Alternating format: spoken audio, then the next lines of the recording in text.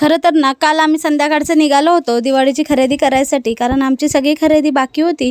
पण मार्केटमध्ये गेले तर एवढी गर्दी ना खूप सारी, तिथे व्हिडिओ काढणं तर काही शक्य झालं नाही.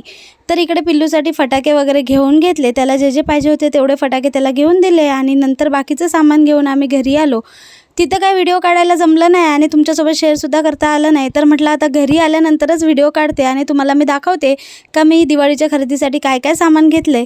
तर डीमार्टला गेली होती, तर डीमार्टमधनं हे मी कॅन्डल्स घेतले. त्यानंतर हे पणत्यासुद्धा मी डीमार्टमधून घेतल्या आणि मस्त भेटल्या, छान वाटल्या होत्या. त्यानंतर हे छोटे छोटे काही दिवेसुद्धा मी घेतले आणि मला हे खूप जास्त आवडले, खरंच छान वाटतात. त्यानंतर बाहेरच्या मार्केटमधून मी हे आपले साधे मातीचे जे दिवे असतात ते सुद्धा घेतलेत बऱ्यापैकी आणि तेही छान भेटले. त्यानंतर हे काही पूजेचं सामान जे की आपल्याला उद्यासाठी लागेल, त्याबरोबर रांगोळीचे असे छोटे छोटे साचेसुद्धा छान आले होते, तर तेही मी घेऊन घेतले.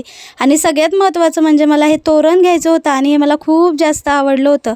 तर तुम्ही सांगा कसं वाटतंय. तर हे मी माझ्या बाहेरच्या दरवाजाला लावायसाठी घेतलं आणि खरंच छान होतं. त्यानंतर लगेच दिवाळी झाल्यानंतर आम्ही गावी जाणार आहे, तर त्यासाठी सुद्धा शॉपिंग केली. इकडे आमच्या दीदीसाठी सँडल घेतली. त्यानंतर माझ्यासुद्धा काही छोट्या मोठ्या वस्तू संपल्या होत्या, त्यासुद्धा मी घेऊन आली. पिल्लूसाठी कपडे आणले, त्याबरोबर दीदीसाठी सुद्धा कपडे आणले. माझ्या बहिणीची छोटी मुलगी आहे, तिच्यासाठी मी हा ड्रेस घेतला. आणि गावाला जायसाठी मला ही पर्स घ्यायची आहे. खरं तर खूप दिवस झाले चालू होतं घ्यायची आहे, पण आज मला ही आवडली होती, तर मग मी घेऊन आली. त्यानंतरच हे छोटीवाली एक पर्ससुद्धा मला आवडलं होतं, तर हेही मी घेतली. त्यानंतर ही सुद्धा एक पर्स घेतली. तर खरं तर काल मी पर्सची आणि स्वतःची शॉपिंग केली. तर चला मग भेटू पुढल्या व्हिडिओमध्ये. बाय.